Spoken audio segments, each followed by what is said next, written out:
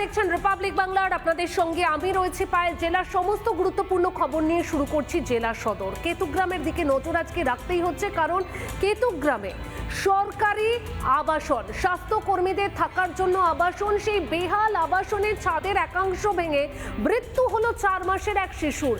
সেই আবাসনগুলি সংস্কারের জন্য বারবার প্রশাসনকে জানানো হয়েছিল, তবে প্রশাসন কর্ণপাত করেনি।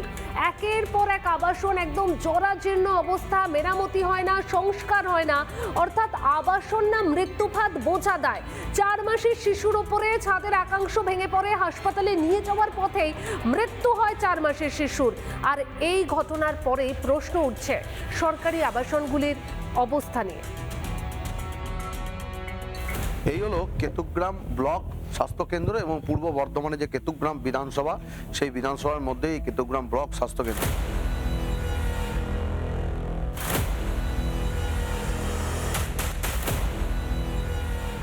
ঠিক এইখানে যে ব্লক স্বাস্থ্য কেন্দ্রের পিছনেই যে আবাসন রয়েছে, যেখানে থাকার জায়গা, সেই ছবিটাও একবার দেখাবো। যে যারা এখানে থাকেন, সেই পিছনে যে বিল্ডিংগুলি রয়েছে সেগুলি অত্যন্ত পুরনো, কিন্তু তার সামনে কিছু নীল সাদা রং করা রয়েছে বিল্ডিংগুলিতে, এবং সেই উপরে এখনো জানলার কাজ, সেই কাজও ভাঙা রয়েছে। যোগাযোগ করলে তো এরকম হতো না, যোগাযোগ করলে নিশ্চয়ই ভালো কিছু হতো। একদম বিল্ডিং এর ভিতরটা একবার ছবি দেখাই, যে বিল্ডিং এর উপরটা, যত উপরে যে ছবিটা দেখাবো, যে ঘরে অনেকজন রয়েছেন, যে বিল্ডিং এর উপরে যদি ছবি দেখাই, যে রড বেরিয়ে রয়েছে, এবং এইখান থেকেই সেই ঝামর কিন্তু পড়ে প্রশাসনের কাছে দ্বারস্থ হয়েছিলেন যে এই অবস্থা বিল্ডিং এর হয়ে রয়েছে। শুধু এই ঘর নয়, পাশের ঘর, সমস্ত ঘরই এই অবস্থা রয়েছে, এবং এইখানে নয়, বাইরেও বেশ কয়েকটি বিল্ডিং এই অবস্থা হয়ে রয়েছে। পুরোপুরি দোষ মানে এখানে যে ইনফ্রাস্ট্রাকচার গুলো যারা দেখে তাদেরই দোষ বলা যায়, কারণ তারা একটা বছরে মানে প্রত্যেক 1 বছর কি 2 বছর অন্তর করে ভিজিট করে যাওয়ার কথা, করে এগুলো ঠিক করার কথা, কিন্তু তারা এখনো পর্যন্ত আমাকে মানে আমাদের পরিবারের সাথে এসেও কথা বলেনি, বা আমার সাথে এসেও বলেনি আমাদের সাথে যে এরকম কি আছে, এই অবস্থা আছে কি না আছে, বা এই মানে আমরা 6 বছর যাবত আছি, যা ঠিক করা সব আমাদের নিজেদেরকে, মানে নিজেদের যে টাকা থাকে, নিজেদের টাকা থেকে ঠিক করতে হয়। মানে আমাদের সরকারের তরফ থেকে বা ব্লক থেকে বা পিডব্লিউডি থেকে কোনো মানে আমরা সাহায্য পাই না মানে ঠিক করার জন্য। বাড়ি আর কিছু বলার নেই আমার, আমরা এই কোয়ার্টার ছেড়েই চলে যাব। আর আমাদের এখনো সরকার সেভাবে কিছু সাহায্য করেনি বা কেউ যোগাযোগ করেনি যে কিভাবে কি করতে হবে কি না করতে হবে, আমরা নিজেরাই যা করার করছি। ফের আর দুর্ঘটনা যাতে না ঘটে, সে প্রশাসনের নজরদারি চাইছে, যে পরিবার যে প্রশাসন নজরদারি থাকলে এরকম ঘটনা ঘটতো না। চোখের সামনে মারা গেছে, সেটা খুবই দুর্ঘটনাজনক এবং খুব মর্মাহত ব্যাপার। আমরা যেটা শুনেছি এবং দেখেছি, সেটা চাইটা পড়েছিল পাশে, এবং সেখান থেকে কিছু টুকরো বাচ্চার গায়ে লেগেছে এবং বাচ্চাটা মারা গেছে। না, আমাদের টেবিলে কিন্তু ওনাদের তরফ থেকে কিছু আসেনি। আমরা বরঞ্চ আমাদের তরফ থেকে যেগুলো দেওয়ার সেগুলো দিয়েছি, কারণ কি জানি যে দীর্ঘদিন ধরে আমাদের কিছু কোয়ার্টার রিনোভেশনের দরকার ছিল। পূর্ব বর্ধমানের কাটোয়াতে ক্যামেরা রঞ্জিত পরিচিতের সন্তোষ দাস, রিপাবলিক বাংলা। চাপা আতঙ্ক থাকলেও স্বাভাবিক ছন্দে ফিরছে রঘুনাথগঞ্জ। শুক্রবার রামনবমীকে কেন্দ্র করে দুপক্ষের মধ্যে তুমুল সংঘর্ষ, তুমুল পরিস্থিতি তৈরি হয়। আর এই ঘটনায় এখনো পর্যন্ত মোট 30 জনকে গ্রেপ্তার করা হয়েছে। পরিস্থিতি স্বাভাবিক রাখতে এলাকায় টহল দিচ্ছে পুলিশ ও কেন্দ্রীয় বাহিনীর জওয়ানরা।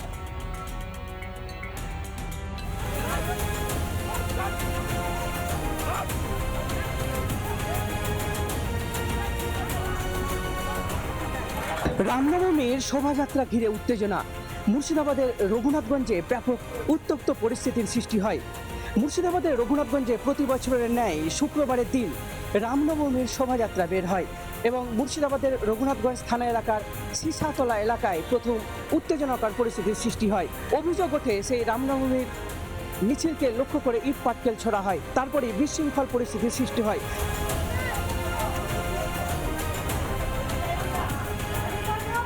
এর পাশাপাশি গেরুয়া ধ্বজ খুলে ফেলা হয়। এরপর আরও পরিস্থিতি বেগতিক হয়ে যায় এবং দুই পক্ষের মধ্যে সংঘর্ষ হয়। এই ঘটনায় আহত হয় একাধিক।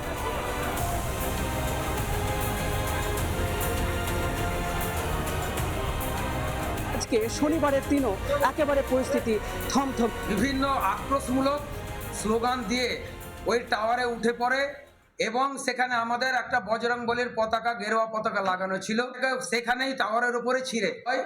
নিচে দাঁড়িয়ে পুলিশ পার্সোনাল ওখানে দাঁড়িয়েছিল, তারা দেখছিল। পুলিশ কেন্দ্রীয় বাহিনী থেকে কোনো রকমভাবে ব্যবহার করেনি। যে বাড়িগুলো ছিল সেই বাড়ি থেকে পাথর ছোড়া হয়। এটা কখনোই কাঙ্ক্ষিত হতে পারে না। সেখানকার প্রশাসন শহরের মধ্যে এই ধরনের ঘটনা ঠেকাতে পারলো না কেন, এই প্রশ্ন আমার থাকবে। রামনবমীর দিন যদি অশান্ত হয়, অশান্তি তৈরির দিন হয়, তাহলে প্রকৃতর্থে রামকে অপমাননা করা হয় বলে আমি মনে করি।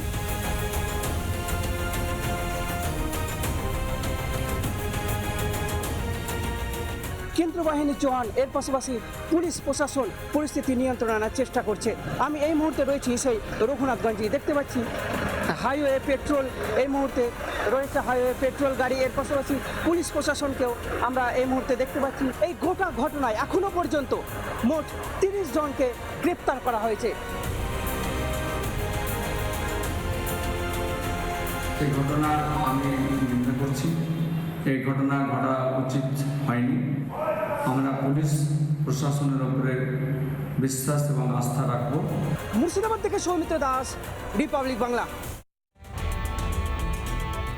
বহরমপুর থানার পশ্চিমগামিনী এলাকায় রাতের অন্ধকারে দুষ্কৃতী তাণ্ডব।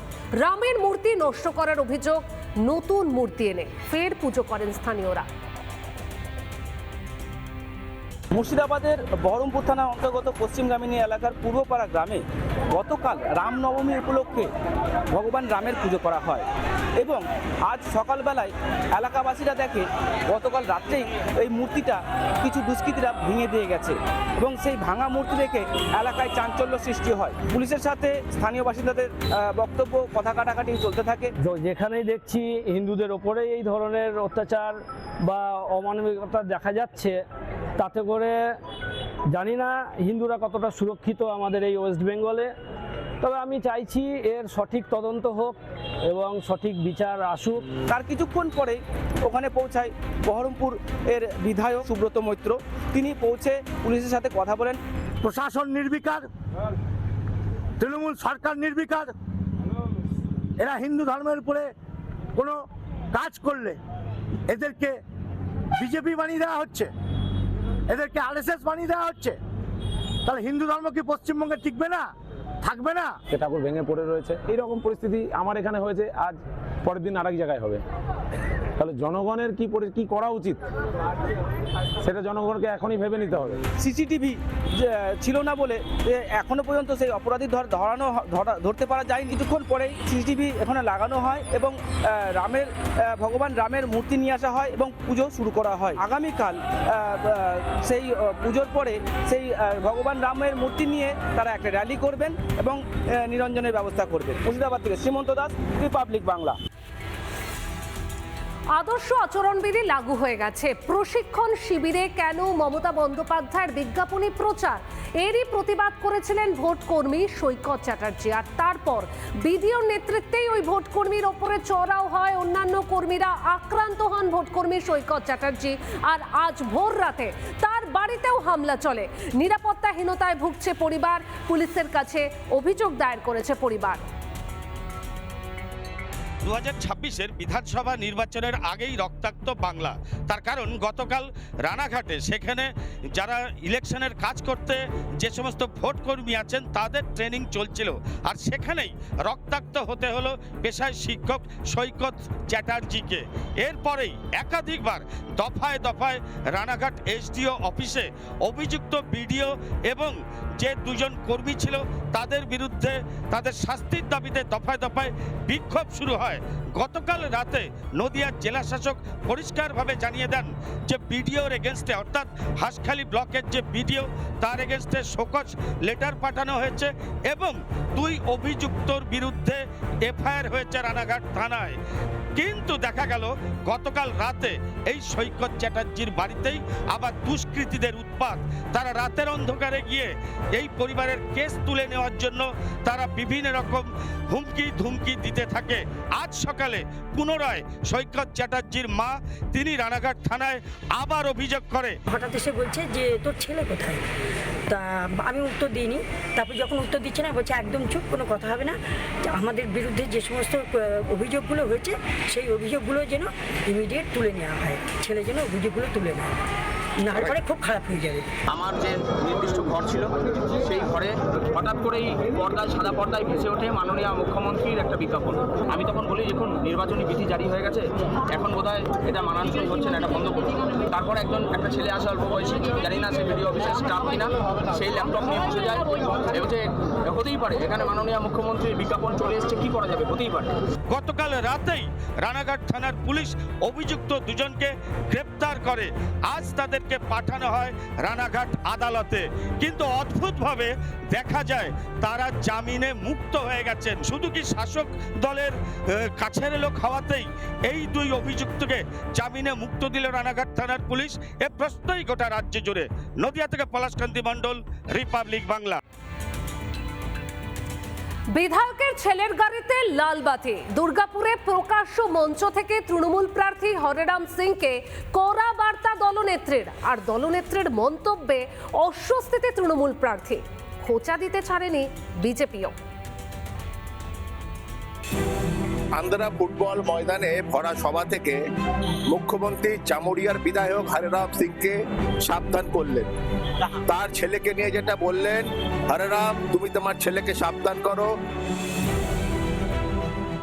হরেরাম ভোট দেবে, কিন্তু আমি হরেরামকে একটা রিকোয়েস্ট করবো, তোমার ছেলেকে বলো লং লাইফের গাড়ি যেন ইউজ না করে। আমি এখন থেকে সতর্ক করলাম।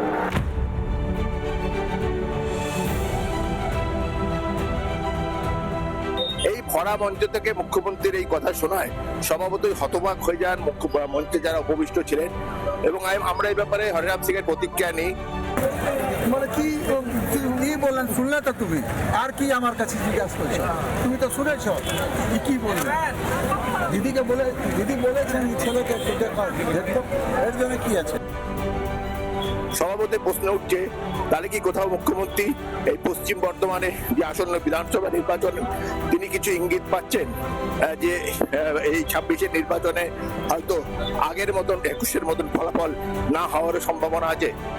তো আজ যখন মুখ্যমন্ত্রী কথাটা বলছেন, তার মানে আমরা বা জামুরিয়া বিধানসভার সমস্ত জনগণ যে দাবি করছিল উনি প্রচুর গাড়ি নিয়ে ঘুরে বেড়াচ্ছেন, নীলবাতি নিয়ে ঘুরে বেড়াচ্ছেন, মাননীয় আমাদের দাবিকে মান্যতা দিলেন। আপনারা জেনে রাখুন, এবারে দিদির শেষ বছর, শেষ মাস বলতে পারেন দাদা, দিদি শেষ। আর ভারতীয় জনতা পার্টি এখানে সরকার প্রতিষ্ঠা করছে। খান্দরা থেকে ক্যামেরায় রামকৃষ্ণের সঙ্গে রমেন মজুমদারের রিপোর্ট, রিপাবলিক বাংলা।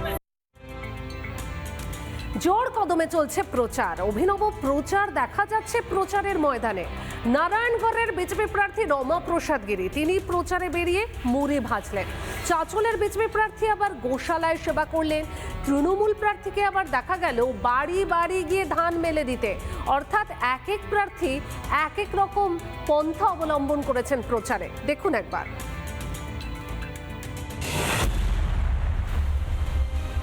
এগিয়ে আসছে বিধানসভা নির্বাচনের দিনক্ষণ। সাত সকালেই নারায়ণগড়ে প্রচারে বেরিয়ে পড়েছেন নারায়ণগড়ের বিজেপি প্রার্থী রমা প্রসাদ গিরি। আজ কুকড়াগড়িয়া এলাকায় প্রচার চালাচ্ছেন তিনি, এবং সেই প্রচারের মাঝেই দেখা গেল যে এক মহিলার বাড়িতে ঢুকে মুড়ি ভাজছেন বিজেপি প্রার্থী। সেখানেই ছাড়ছেন জনসংযোগও, কথা বলছেন এলাকার মানুষদের সাথেও। তৃণমূলের নেতা হারমাত এই 16 নম্বর হেমচন্দ্র অঞ্চলে এখানে ওরা সন্ত্রাস চালিয়ে রাখে। কালকেও আমাদের পতাকাকে ছেড়ে দিয়েছে, আমাদের বাড়ি বাড়ি ধমকা। এখানে ভোট করার জন্য আমি অনুরোধ করব নির্বাচন কমিশনকে, এখানে মানুষকে নির্বিঘ্নে ভোট দেওয়ার ব্যবস্থা করা হোক। চাঁচল বিধানসভা কেন্দ্রের বিজেপি প্রার্থী রতন দাস ইতিমধ্যেই জোর কদমে তার প্রচার কিন্তু শুরু হয়েছে। মালদার এই চাঁচল মহকুমার কলিগ্রাম এবং কলিগ্রামের তিনি প্রচার করছেন। গোমাতাকে তিনি বিচালি খাওয়াচ্ছেন, অর্থাৎ খড় খাওয়ালেন, এবং আমরা দেখলাম যে তিনি নিজে গোমাতাকে এসেছেন এবং এখানে রীতিমতো গোমাতাকে তিনি বিচালি খাওয়াচ্ছেন, খড় খাওয়ালেন। এটা দীর্ঘদিন ধরে গোমাতা মানে পালন আর গোমাতার সেবা করার সুযোগ আমার জীবনে হয়েছে। প্রচারের মাধ্যম আর গৌমাতার সেবা দুটাই একসঙ্গে আমরা করলাম।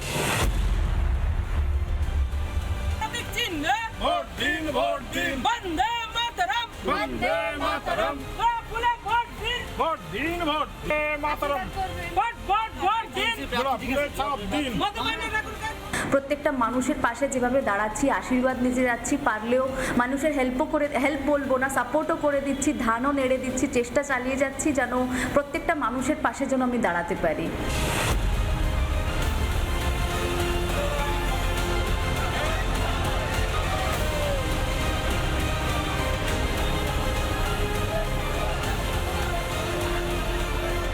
চপ ভেজে মানুষদেরকে খাওয়াই, আমরা জানি মেহমান যারা আসবে তাদের খেদমত করতে হবে, তাদেরকে ভালোবাসতে হবে, আর মেহমানদের দোয়া একটা বড় দোয়া।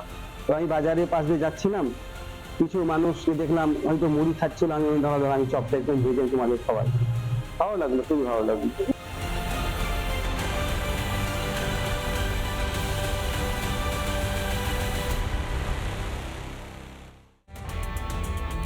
মডেল কোড অফ কন্ডাক্ট চালু হয়ে গেছে, আর সেই কারণে সরকারি জায়গা থেকে প্রার্থী এবং দলীয় পতাকা, প্রতীক সমস্ত কিছুই সরিয়ে ফেলা হচ্ছে।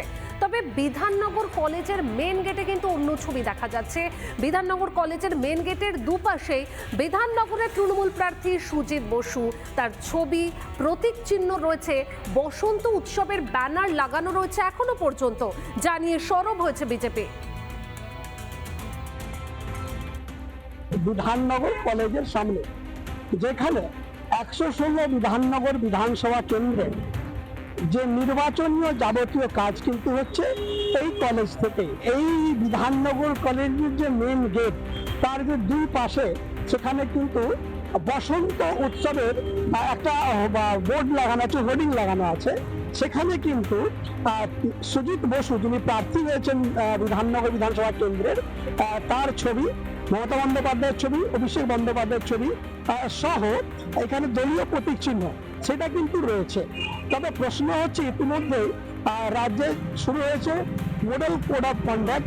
সেই ক্ষেত্রে এই সরকারি জায়গায় প্রার্থীর ছবি এবং প্রতীক চিহ্ন কি করে থাকতে পারে, অর্থাৎ তৃণমূলের প্রার্থীর ছবি এবং প্রতীক চিহ্ন কি করে থাকতে পারে। ইতিমধ্যে বিজেপির পক্ষ থেকে এই নিয়ে বিধাননগরের মহকুমা শাসককে বিষয়টি নিয়ে জানানো হয়েছে। এটা কেন থাকবে? সরকারি জায়গায় নির্বাচনী আদর্শ আচরণবিধি কোড অফ কন্ডাক্ট চালু হওয়ার পরে তৃণমূলের চিহ্ন দেওয়া মন্ত্রীর ছবি কেন থাকবে এখানে? আনন্দ মোহন ঝা, রিপাবলিক বাংলা, সল্টলেক। দ্বিতীয় অতিরিক্ত তালিকা প্রকাশ হতেই হাসনাবাদের হাবাসপুরে তৃণমূলের বিক্ষোভ। কারণ দ্বিতীয় সাপ্লিমেন্টারি যে তালিকা প্রকাশ হয়েছে তাতে অনেক ভোটারের নাম বাদ গেছে, আর এরই প্রতিবাদে রাস্তায় টায়ার জ্বালিয়ে বিক্ষোভ তৃণমূলের। আর এই বিক্ষোভের জেরে দুর্ভোগে জনসাধারণ। বিধানসভা নির্বাচনের প্রাককালে ভোটার তালিকা নিয়ে রাস্তা অবরোধ করে বিক্ষোভ দেখালেন এলাকার বেশ কিছু তৃণমূলের কর্মী সমর্থকরা।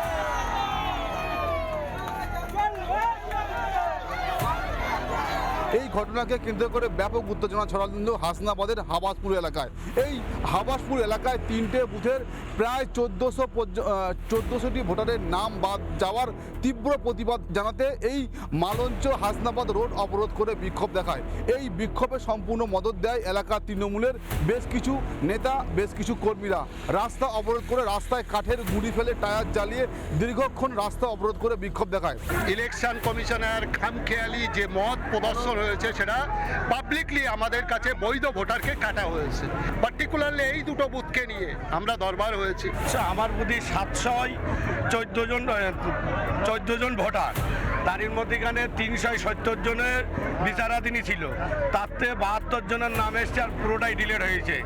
সেই কারণে আমাদের পাশাপাশি দুটো বুথ আছে, 549টা ভোটের টোটাল ডিলেট হয়েছে।